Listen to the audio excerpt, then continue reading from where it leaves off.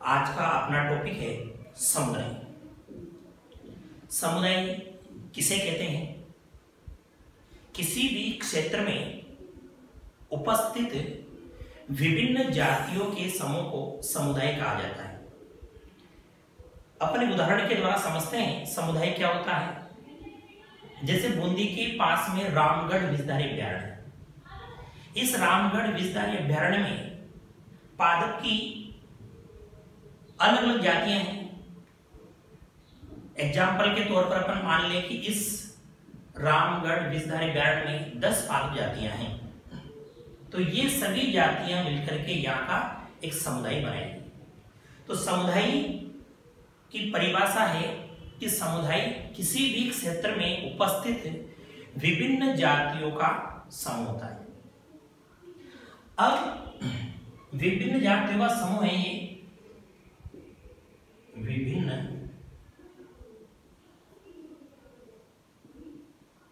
जातियों का समूह। ठीक। अब एक समुदाय में क्या क्या गुण होते हैं? समुदाय के गुण देखें अपन। नंबर 1 विभिन्नता। पहला गुण है विभिन्नता। समुदाय में अनेक जातियां पाई जाती है और अनेक जातियों का पाया जाना समुदाय की विभिन्नता कहलाती है। जितनी ज्यादा वहां पर जातियां मिलेगी जीवों की, उस समुदाय की विभिन्नता उतनी ही अधिक होती है। दूसरा गुण देखें अपन प्रभाविता। समुदाय का दूसरा गुण अपन देखें प्रभाविता। प्रभाविता क्या है? किसी भी समुदाय में एक ऐसी जाति होती है जिसके सदस्यों की संख्या सबसे अधिक होती है। उस समुदाय को उस जाति के नाम के आधार पर जाना जाता है। जैसे अपन उदाहरण देखें कि अरावली जो है इसको प्रोसोपिस समुदाय बोलते हैं। प्रोसोपिस समुदाय इसलिए कहा गया है कि यहां पर प्रोसोपिस जाति के पादप सर्वाधिक मिलते हैं।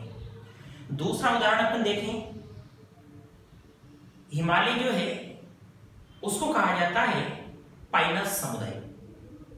इसका मतलब वहां पर पाइनस जाति के सबसे ज्यादा पादप पाए जाते हैं। तो अपन यहां पर प्रभाविता में देखा कि प्रोसोपिस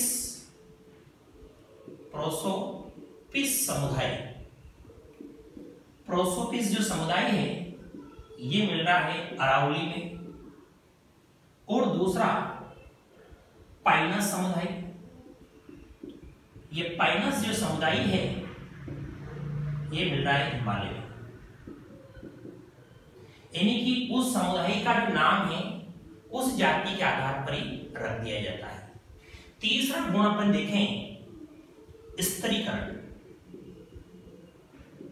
तीसरा गुण देखें अपन स्त्रीकरण। स्त्रीकरण का मतलब ये होता है कि जैसे अपन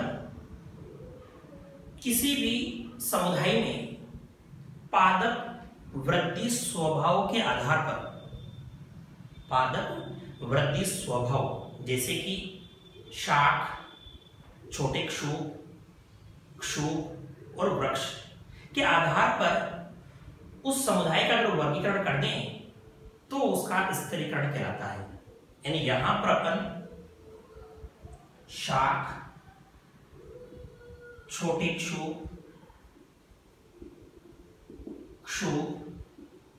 और वृक्ष, ये हैं वृद्धि स्वभाव के आधार पर पौधों के प्रकार।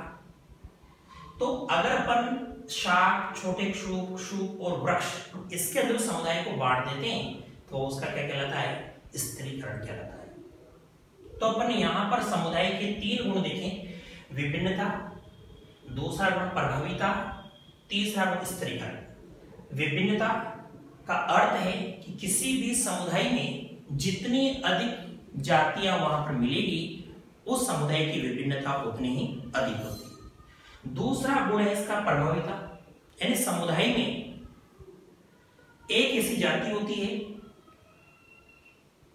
जिसकी संख्या सबसे ज्यादा होती है और उस जाति के आधार पर उस समुदाय का नाम किया जाता है या उसका नाम रखा जाता है।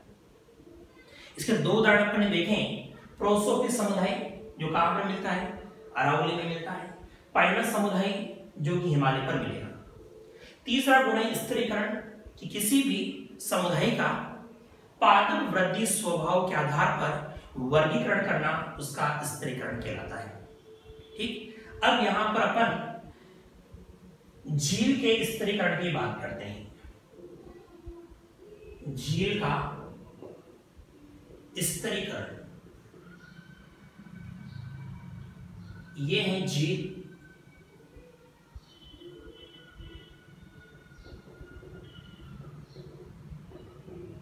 ये इसमें पानी भरा हुआ है। अब इस झील को अपन 3 भागों में डिवाइड करते हैं। पहला क्षेत्र ये किनारों वाला,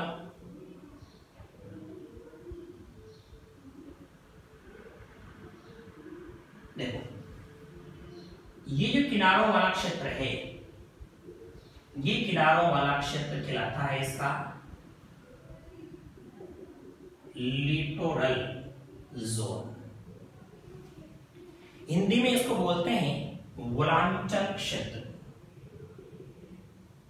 वनांचल क्षेत्र, ये लिटोरल जोन झील का वो क्षेत्र है जो किनारे वाला है और यहां पर दलदल पाई जाता है और यहां इस दलदल के अंदर जड़ युक्त वनस्पति मिलेगी। जड़ युक्त वनस्पति यहां पर मिलेगी। ठीक, तो ये तो किनारों वाला जो भाग है इसको तो अपन ने लिटोरल जोन कहा, वनांचल क्षेत्र कहा। ये किनारे वाले क्षेत्र है, यहां पर कीचड़ मिलेगा, दलदल मिलेगा और यहां पर जड़ युक्त वनस्पति अपन को मिलेगी। ये है लिम्नेटिक जोन। लिम्नेटिक जोन सरोवरी क्षेत्र, सरोवरी क्षेत्र बोलते हैं। ये लिम्नेटिक जोन सरोवरी क्षेत्र वह क्षेत्र है जहां पर प्रकाश पहुंच सकता है सूर्य का। सूर्य का प्रकाश यहां तक पहुंच जाता है, ज्यादा गहरा क्षेत्र ये नहीं होता है। सूर्य का प्रकाश यहां तक आसानी से पहुंचता है। तो यहां पर अपन कह सकते हैं कि स्वकोशी पादप जातियां मिल सकती है, जैसे मुक्त प्लावी पादप वगैरह। उसके बाद अधिक गहरा जो क्षेत्र है झील का, जहां तक प्रकाश नहीं पहुंच सकता, ये कहलाता है प्रोफंडल जोन। यह झील का गहरा क्षेत्र है, यहां तक प्रकाश नहीं पहुंच सकता, तो यहां पर विषम पोषी जीव मिलेंगे। विषम पोषी जीव का मतलब है केवल जंतु मिले। ठीक, तो अपन ने झील का स्त्रीकरण किया। इस झील के स्त्रीकरण में अपन ने झील को 3 भागों में बांट दिया। नंबर 1 किनारे वाला क्षेत्र जो लिटोरल जोन है, वनांचल क्षेत्र है, यहाँ पर दलदल मिलेगा और जड़युक्त वनस्पति मिलेगी। बीच का ये क्षेत्र है, ये है लिम्नेटिक जोन सरोवरी क्षेत्र। यहाँ से आसानी से प्रकाश पहुंच जाता है और इसमें स्वकोशी पादप मिलेंगे। ये झील का गहराई वाला क्षेत्र है, जहां तक प्रकाश नहीं पहुंच सकता, इसको प्रोफंडल जोन बोलेंगे और यहाँ पर मिलेंगे विषम पोषी जंतु। ठीक, इसी प्रकार अगर अपन वनों के स्त्रीकरण की बात करें, वनों का स्त्रीकरण, तो वनों का जो स्त्रीकरण होता है इसमें सबसे ज्यादा जो स्पष्ट अपन को स्त्रीकरण मिलता है वो मिलता है उष्णकटिबंधीय वर्षावनों में। स्पष्ट जो स्त्रीकरण मिलेगा वो मिलेगा उष्णकटिबंधीय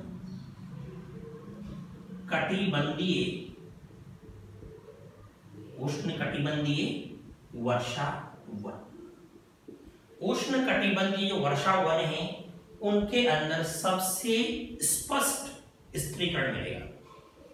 वनों के स्थिरीकरण का मतलब है कि प्रकाश की उपलब्धता के आधार पर शाक, छोटे शुक, वृक्ष और श्याम जो पादप है उनका वर्गीकरण। और सबसे ज्यादा स्पष्ट स्थिरीकरण अपन को उष्णकटिबंधीय वर्षा वनों में मिलेगा, इसलिए इन वनों को बहुमंजिला वन भी कहा जाता है। बहुमंजिला वन इनको कहा जाता है। तो एक छोटा सा अनुक्रमण क्या होता है? किसी भी क्षेत्र में समुदाय का समय के साथ क्रमिक विकास। किसी भी क्षेत्र में जहां पर समुदाय की स्थापना हो रही है तो उस क्षेत्र में समय के साथ साथ उस समुदाय का किस तरह से विकास हो रहा है वो कहलाता है अनुक्रमण। तो अनुक्रमण क्या है? अनुक्रमण समुदाय का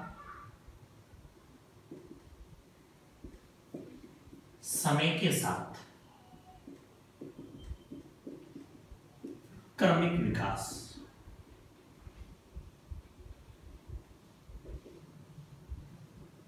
ठीक, समुदाय का समय के साथ साथ जो विकास हो रहा है क्रमिक रूप से, वो विकास ही अनुक्रमण कहलाता है।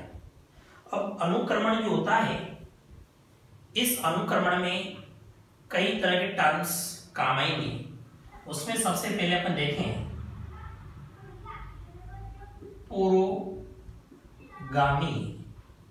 समुदाय। पुरोगामी समुदाय, पुरोगामी समुदाय क्या होता है?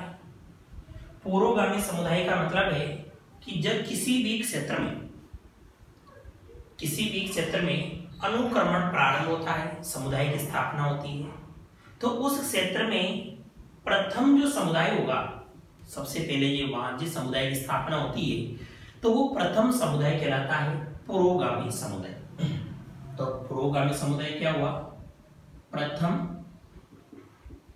समुदाय जो वहां पर स्थापित होगा। ठीक, उसके बाद आता है चरम समुदाय। अब चरम समुदाय क्या होता है? अभी अपन ने देखा कि जैसे पहली बार जो वहां पर समुदाय स्थापित होगा वो तो है पुरोगामी समुदाय, लेकिन उसका क्रमिक विकास होगा। आज के 50 साल बाद, 100 साल बाद वहां पर एक अंतिम समुदाय बन जाएगा जो स्थायी होगा। उस अंतिम और स्थायी जो समुदाय है उसी का नाम क्या है? चरम समुदाय। तो अपने कह सकते हैं कि चरम समुदाय होता है ये अंतिम होता है, वह स्थायी समुदाय है, अंतिम है और स्थायी समुदाय होता है। ये जो अंतिम और स्थायी समुदाय है इसमें मेसोफाइट्स होते हैं। मेसोफाइट्स यानी कि समोद्भिद पादप। समोद्भिद पादप इसके अंदर मिलेंगे। ठीक, तो ये दोनों टर्म बहुत इंपॉर्टेंट है, एक तो पुरोगामी समुदाय और एक चरम समुदाय। पुरोगामी का मतलब तो प्रथम जो समुदाय वहां स्थापित होगा वो पुरोगामी होता है, और अंतिम जो वहां पर स्थापित होगा वो है चरम समुदाय। इस पुरोगामी समुदाय और चरम समुदाय के बीच में अलग अलग कई तरह के चरण आते हैं, वो अपन डिस्कस करेंगे भी थोड़ी देर बाद। अब देखो, ये जो अनुक्रमण है ये जिस आवास में होते हैं उसी के आधार पर इनके अलग अलग नाम होते हैं। उनको अपन बोलते हैं क्रमक से। अब देखो, यदि ये जो अनुक्रमण है ये अनुक्रमण हो रहा है स्वच्छ जल में, तो उसको बोलते हैं हाइड्रोसेरे।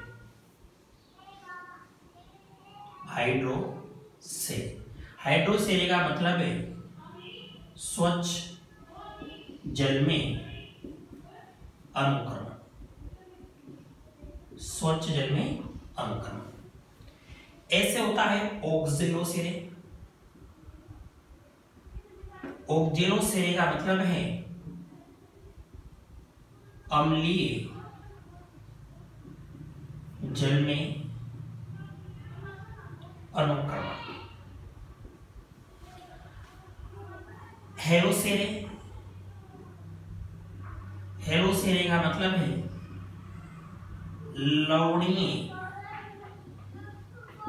जल में अनुक्रमण। जीरोसेरे ये हैं शुष्क क्षेत्र में अनुक्रमण। लिथोसेरे, लिथोसेरे हैं चट्टानों पर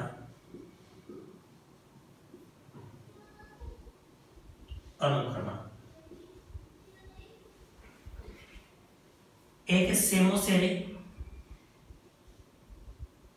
सेमोसेरे ये है रेत पर अनुक्रमण।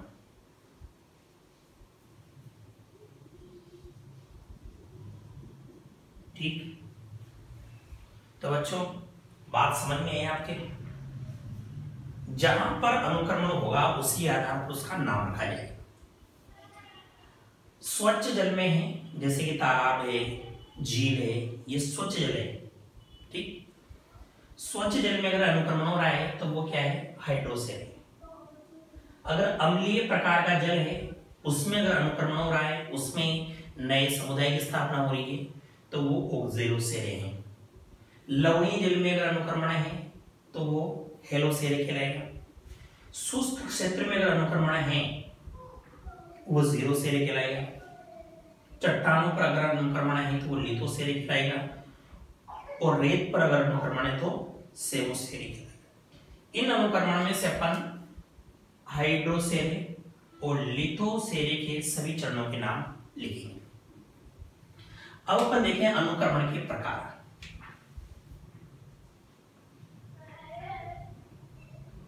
अनुक्रमण के प्रकार, तो देखो अनुक्रमण को अपन मुख्य रूप से दो भागों में बांटेंगे, प्राथमिक अनुक्रमण और द्वितीयक अनुक्रमण। सबसे पहले अपन देखें प्राथमिक अनुक्रमण क्या होता है।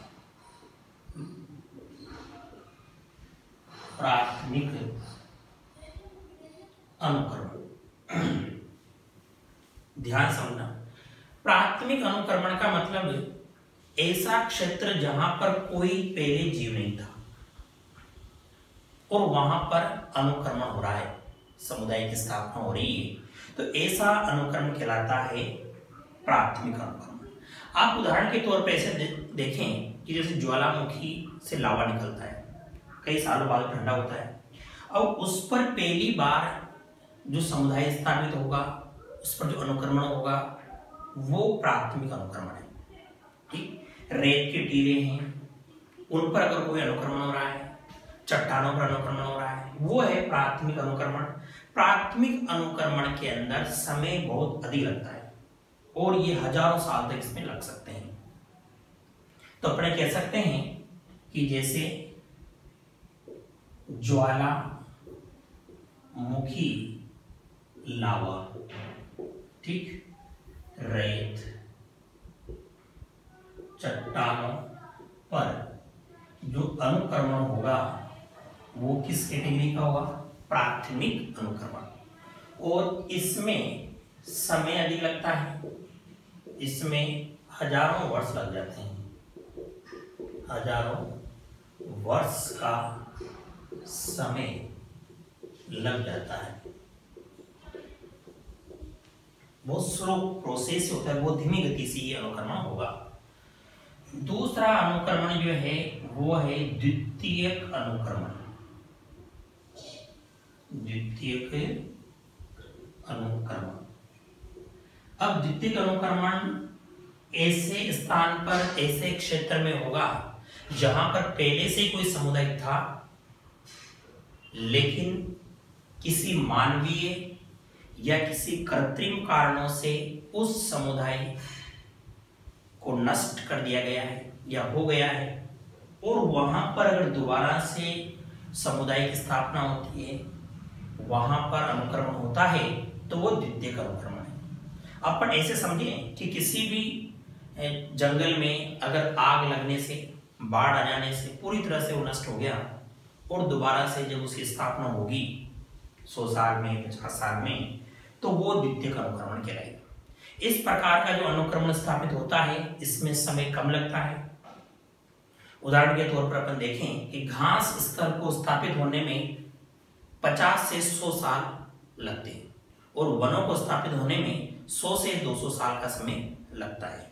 तो अपने कह सकते हैं कि द्वितीयक जो अनुक्रमण होता है ये तीव्र गति से होता है, तीव्र गति से ये अनुक्रमण होगा और समय कम लगेगा। जैसे कि अपन घास स्थल जो है ये 50 से 100 वर्ष में स्थापित हो जाता है और वन जो है ये 100 से 200 वर्ष में स्थापित हो जाते हैं। ठीक, फिर दो प्रकार के अपने अनुक्रमण देखे, प्राथमिक अनुक्रमण और द्वितीयक अनुक्रमण। प्राथमिक अनुक्रमण ऐसे क्षेत्र में होगा जहां पर पहले कोई समुदाय नहीं था, पहली बार उस क्षेत्र में वनस्पति स्थापित हो रही है, इसमें समय बहुत अधिक लगता है। द्वितीयक अनुक्रमण तीव्र गति से होता है, ये ऐसे जगह पर होता है जहां पर पहले से अनुक्रमण था, यानी पहले कोई वनस्पति थी लेकिन किसी मानवीय या किसी प्राकृतिक कारण से वो नष्ट हो गई। ठीक, अब अपन देखें कि हाइड्रोसेरिक जल अनुक्रमण जो है, स्वच्छ जल का अनुक्रमण, वो किस प्रकार होता है और उसमें कौन कौन से चरण होते हैं।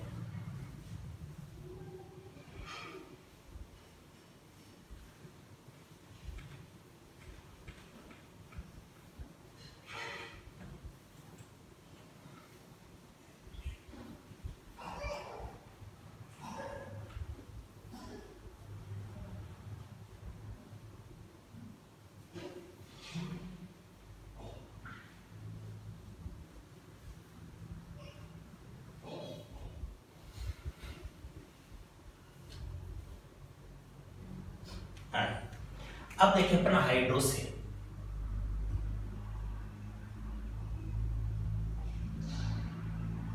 स्वच्छ जल में अनुक्रमण, यानी झील या तालाब में अनुक्रमण, झील या तालाब में अनुक्रमण। अब देखो झील या तालाब में अगर अपन अनुक्रमण देखें तो सबसे पहले जब भी नया झील या तालाब बनता है तो उसमें सबसे पहले पादप प्लवक की स्थापना होती है। तो पहला जो चरण होगा वह है पादप प्लवक। ठीक, ये पादप प्लवक जो है यहां पर पुरोगामी समुदाय होता है और इस पुरोगामी समुदाय के अंदर साइनोबैक्टीरिया, इसके अलावा सॉफ्ट मड डाइटम्स की स्थापना होती है। दूसरा जो चरण आता है वो है जड़ निमग्न पादप। जड़ निमग्न पादप को होंगे, जैसे अभी अपन देखेंगे जैसे ये नया तालाब बना, ठीक है। अब ये तो इसके अंदर जो पानी है उसमें सबसे पहले तो स्थापित हुए पादप, वो सूक्ष्म होते हैं पादप, स्वकोशी होते हैं। अब उसके बाद में इसमें ऐसे पादप स्थापित हुए जिनकी जड़ें यहाँ तल में स्थापित है लेकिन ये पानी में पूरी तरह से डूबे हुए होते हैं, उनको अपन बोलते हैं जड़ निमग्न। जड़ें पेंदे में हैं और वो पादप पूरी तरह से जल में डूबे हुए हैं। इसमें उदाहरण के तौर पर अपन देखें वेलिसनेरिया,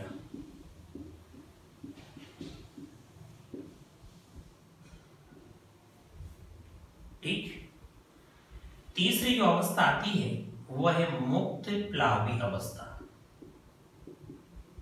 मुक्त प्लावी अवस्था, मुक्त प्लावी में क्या हुआ, इस अवस्था में पादप जो होंगे वो मुक्त रूप से तैरते हुए रहेंगे। ठीक, मुक्त रूप से तैरते हुए पादप जैसे कि कुमुदनी और कमल। चौथी जो अवस्था आती है वो है नड अनुप अवस्था। नड अनुप अवस्था, नड अनुप अवस्था जब स्थापित होती है तो इसके अंदर उन पौधों की जो जड़ें हैं वो जल में रहेगी, लेकिन तना जो होता है वो बाहर रहेगा। जड़ें तो जल में है लेकिन तना बाहर है। जड़ें जल में व तना बाहर। उदाहरण के तौर पर अपन देखें एजोला। ठीक, नंबर 5 कच्छ साधल अवस्था। कच्छ साधल अवस्था क्या होती है? कच्छ साधल अवस्था ऐसी अवस्था है जिसमें दलदली पादप उगते हैं। दलदली पादप। नंबर 6 अवस्था आती है गुल्म अवस्था। यहां पर जलाक्रांत झाड़ियां स्थापित हो जाती है। ऐसी झाड़ियां जो जलाक्रांत स्थिति को सहन कर सकती है। और नंबर 7 है वृक्ष। ठीक, यानी कि इस वृक्ष में मेसोफाइट्स की स्थापना हो जाएगी। एक बार अपन दोबारा से इसको समझें कि जब भी हाइड्रोसेरे होगा, किसी नए झील या तालाब में अनुक्रमण होता है तो वहां सबसे पहले पादप प्लवक की स्थापना होगी।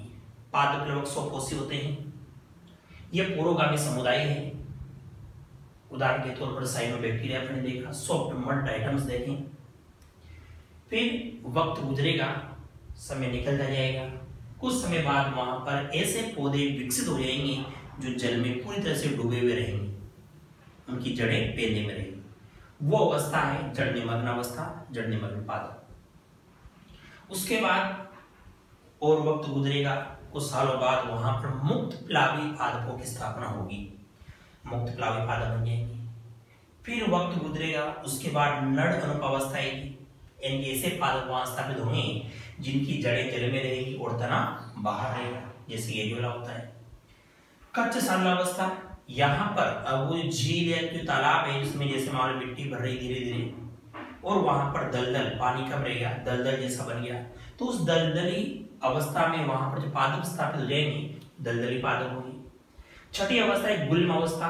गुल्म अवस्था जो है इसमें ऐसे झाड़ियों की वहां पर स्थापना हो जाएगी जो अधिक जल को सहन कर सके, जलाक्रांत अवस्था को सहन कर सके। जलाक्रांत एक ऐसी अवस्था है जब मृदा में पानी की मात्रा ज्यादा होती है।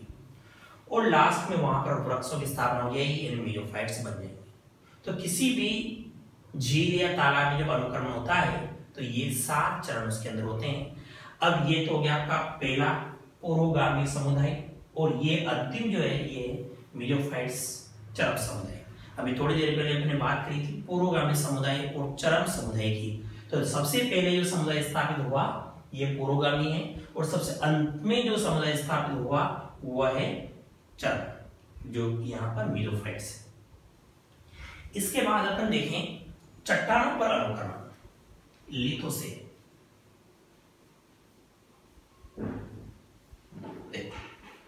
चट्टानों पर अनुक्रमण, लिथोसेन। चट्टानों पर अनुक्रमण। जब भी चट्टानों पर अनुक्रमण हुआ तो सबसे पहले वहां पर स्थापित होता है पर्टिमय लाइकेन।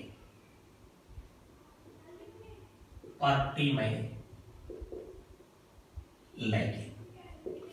पर्टिमय लाइकेन जो होता है इसमें ऐसी लाइकेन स्थापित होती है जो पपड़े के समान होती है, चपटी लाइकेन होती है, ठीक। और ये पर्टिमैक लाइकेन होती है, इससे कार्बनिक अम्लों का स्त्रवण होता है, और ये कार्बनिक जो अम्ल होते हैं ये चट्टानों का अपक्षय करते हैं। नंबर 2, पर्णिल लाइकेन। पर्णिल लाइकेन ये ऐसी लाइकेन है जिनका थैलस बड़ा होता है, पर्ण के समान होता है। Number 3, moss. नंबर 4, क्षुभ। और नंबर 5, वृक्ष, ठीक। यहां पर अपन शाख भी जोड़ सकते हैं, शाख, क्षुभ और वृक्ष, ठीक। इस तरह से चट्टानों पर अनुक्रमण होता है। इसमें आप ये ध्यान रखें कि पुरोगामी जब समुदाय स्थापित होता है तो एक पर्टिमैक लाइकेन होती है, चपटी लाइकेन होती है, चट्टानों पर चिपक जाती है और उससे कार्बनिक अम्लों का स्त्रवण होगा, और वो कार्बनिक अम्ल होते हैं वो चट्टानों का अपक्षय करते हैं, ठीक। तो ये आपका अनुक्रमण जो टॉपिक है वो कंप्लीट है। तो अपना नेक्स्ट जो टॉपिक है वो है इकोसिस्टम, पारितंत्र। देखो, अपन ने जब शुरुआत की थी इकोलॉजी की, तो उसमें अपन ने देखा कि जो जीव होते हैं ये समष्टि का निर्माण करते हैं, समष्टि से समुदाय बनता है और समुदाय से पारितंत्र का निर्माण होता है। इकोलॉजी में अपन यहां तक पहुंच चुके हैं। इसके बाद बायोम आएगा, फिर बायोस्फीयर आएगा। देखो, जीव जब अपन ने पढ़ा तो जीव पारिस्थितिकी यानी इकोलॉजी की अध्ययन की इकाई है। फिर अपने पास समष्टि क्या है? समष्टि यानी कि पॉपुलेशन। समष्टि क्या है? एक जाति के जीवों का समूह ही पॉपुलेशन है। एक जाति के जीवों का समूह ही समष्टि है। समुदाय किसी क्षेत्र में उपस्थित विभिन्न जातियों का समूह, विभिन्न जातियों का समूह समुदाय है। या समष्टि में एक जाति आती है, ठीक है। जब इस समुदाय में क्या है, एक निश्चित क्षेत्र है और उस क्षेत्र में जितनी भी जातियां मिलेगी उन सबका समूह समुदाय बन जाता है। नेक्स्ट आता है पारितंत्र, इकोसिस्टम, जो अपना टॉपिक है। अब इकोसिस्टम पढ़ेंगे अपन। इकोसिस्टम क्या है? इकोसिस्टम के अंदर बायोटिक एंड एबायोटिक दोनों घटक सम्मिलित हैं। यानी किसी भी क्षेत्र में उपस्थित जीवित जातियां तो समुदाय बनाती है, लेकिन उस क्षेत्र के जो अजैविक घटक है अगर उनको भी इसमें मिला दिया जाए तो बन जाता है फिर इकोसिस्टम। यानी कि किसी भी क्षेत्र में उपस्थित जैविक और अजैविक घटक मिलकर के एक इकोसिस्टम का निर्माण करते हैं, ठीक।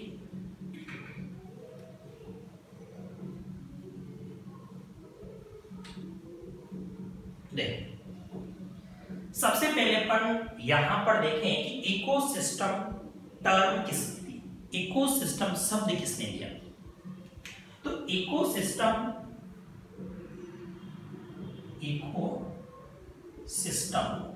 शब्द देने वाले वैज्ञानिक है वो है ए.जी. टेंजले। बहुत इंपॉर्टेंट वैज्ञानिक है। आपको याद हो जब इकोलॉजी की अपने शुरुआत की थी उस समय भी ये बात मैंने आपको याद दिलाई थी। वहां पर भी ऐसा ही वर्ड है कि इकोलॉजी शब्द किसने दिया। तो इकोलॉजी शब्द देने वाले वैज्ञानिक का नाम है अर्नेस्ट हैकल, ठीक। यहां पर है इकोसिस्टम। इकोसिस्टम शब्द देने वाले वैज्ञानिक का नाम है ए.जी. टेंजले। अब ए.जी. टेंजले ने इकोसिस्टम के लिए क्या कहा? इन्होंने कहा कि इकोसिस्टम प्रकृति की संरचना और कार्य का प्रतीक है। इकोसिस्टम क्या है? प्रकृति की संरचना और कार्य का प्रतीक। यानी इन्होंने इनके अनुसार इकोसिस्टम प्रकृति की संरचना व कार्य का प्रतीक है। क्लियर? प्रकृति की संरचना और कार्य का प्रतीक बताया एजी टेंगले ने इकोसिस्टम को। नंबर 3, फादर ऑफ इकोसिस्टम वो है EP Odum. Father of ecosystem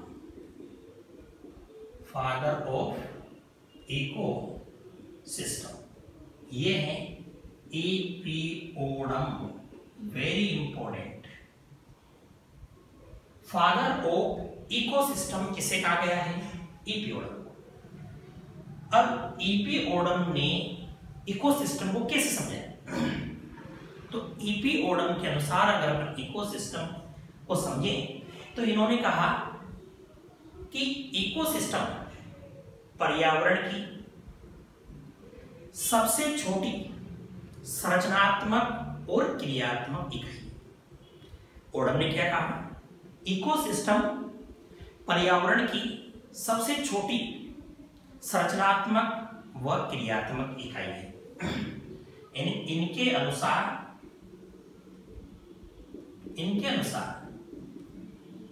ecosystem पर्यावरण की सबसे छोटी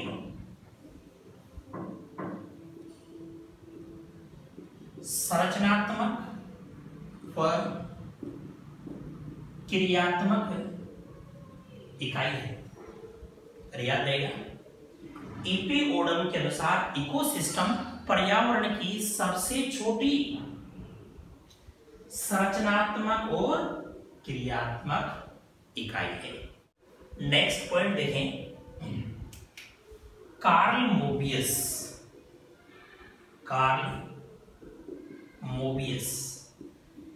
मोबियस जो वैज्ञानिक है उसने इकोसिस्टम को बायोसिनोसिस कहा। कार्ल मोबियस ने इकोसिस्टम को बायोसिनोसिस कहा। नंबर 6, अगर अपन इसकी डेफिनेशन की बात करें, परिभाषा की बात करें, इकोसिस्टम की डेफिनेशन क्या होती है, तो अपने कह सकते हैं कि किसी भी क्षेत्र में उपस्थित जैविक और अजैविक घटक सम्मिलित रूप से इकोसिस्टम कहलाते हैं। यानी कि जैविक व अजैविक घटक, जैविक और अजैविक घटक मिलकर के और इकोसिस्टम का निर्माण करते हैं। नंबर 7, पॉइंट नंबर 7 देखिए अपन कि इकोसिस्टम जो होता है ये एक स्वचालित व स्वनियंत्रित इकोसिस्टम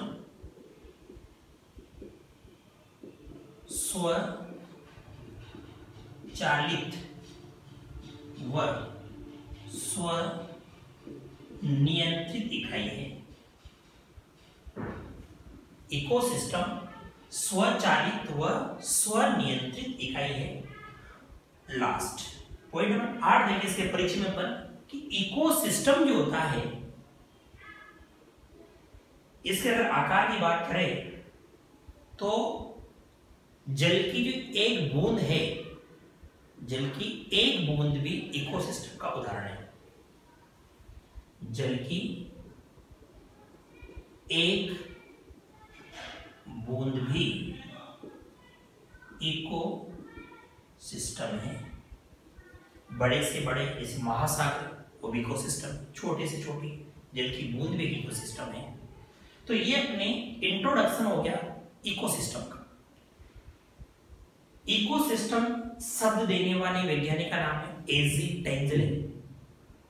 इकोसिस्टम उन्होंने कैसे समझाया कि प्रकृति की संरचना और कार्य का प्रतीक है इकोसिस्टम।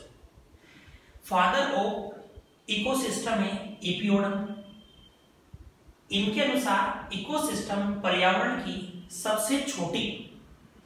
सबसे छोटी संरचनात्मक व क्रियात्मक इकाई है। फिर देखिए अपन कार्ल मोबियस वैज्ञानिक। कार्ल मोबियस ने बायोसिनोसिस कहा। अगर अपन डेफिनेशन की बात करें कि इकोसिस्टम की डेफिनेशन क्या है, तो किसी भी क्षेत्र में उपस्थित जैविक और अजैविक घटक मिलकर के इकोसिस्टम बनाते हैं। ठीक, इकोसिस्टम स्वचालित व स्वनियंत्रित इकाई है और जल की एक बूंद भी इकोसिस्टम का उदाहरण है। ठीक, इसमें से आप लोग ये पॉइंट वेरी इंपॉर्टेंट है, जरूर ध्यान रखें। ये भी बहुत इंपॉर्टेंट है और ये भी बहुत इंपॉर्टेंट है। इन तीनों ही वैज्ञानिक बहुत इंपॉर्टेंट है। ठीक, अब अपन देखें इकोसिस्टम के प्रकार। अगला टॉपिक है अपना इकोसिस्टम के प्रकार।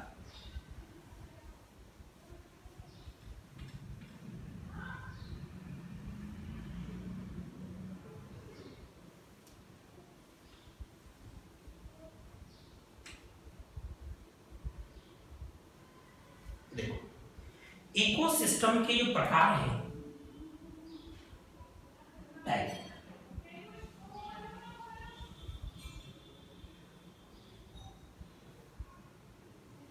इकोसिस्टम को अपन दो भागों में डिवाइड करते हैं। एक तो है नेचुरल, प्राकृतिक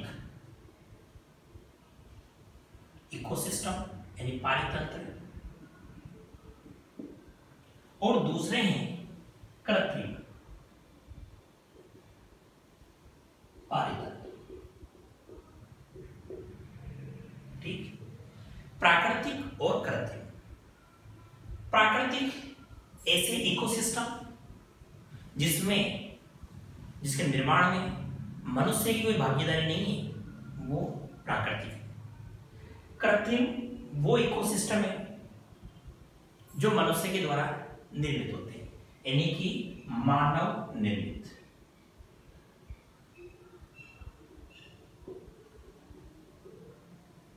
उदाहरण के तौर पर अपन देखें बगीचा, फसल, ये है कृत्रिम पारितंत्र जो कि मनुष्य के द्वारा तैयार किए जाते हैं।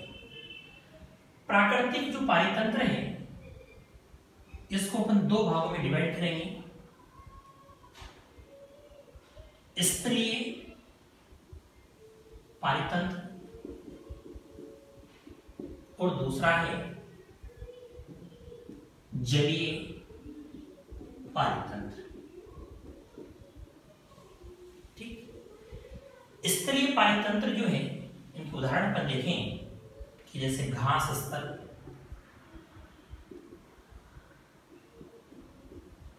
वन, रेगिस्तान,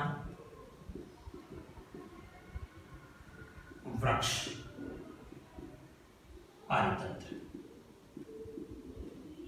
ये सारे पारितंत्र है स्तरीय। जलीय पारितंत्र जो होते हैं, ये दो प्रकार के हैं। स्थिर जलीय और दूसरा है प्रवाहित जल। स्थिर जल रुका हुआ जल, जैसे कि तालाब। ठीक, प्रवाहित जल नदी, नाला।